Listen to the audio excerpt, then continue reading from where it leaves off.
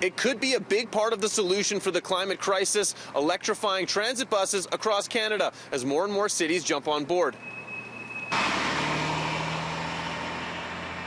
BC pledging to go completely electric in the next 2 decades with their transit buses. Edmonton plans to roll out 50 new electric buses by 2020. Montreal and Toronto have both committed to a full fleet of electric buses by about 2040. And now Winnipeg's NDP announcing Monday, if elected, they will create a $15 billion climate fund. Over $6 billion of that will be invested in electric buses and low-fare ridership.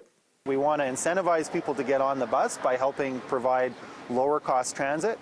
We want to have electric buses that have less emissions. NDP's Daniel Blakey says that the $15 billion fund will be generated through higher corporate taxes.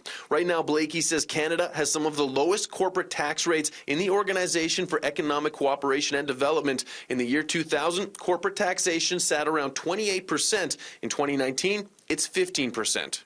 So there's room to go to corporations, some of whom are the biggest polluters, and say that they have to start paying their fair share again.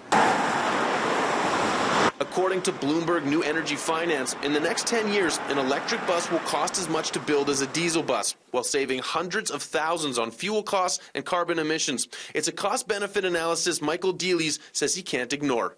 The savings of that alone will pay for the bus 3 or 4 or 5 times over. Dealey represents New Flyer Industries employees at Unifor.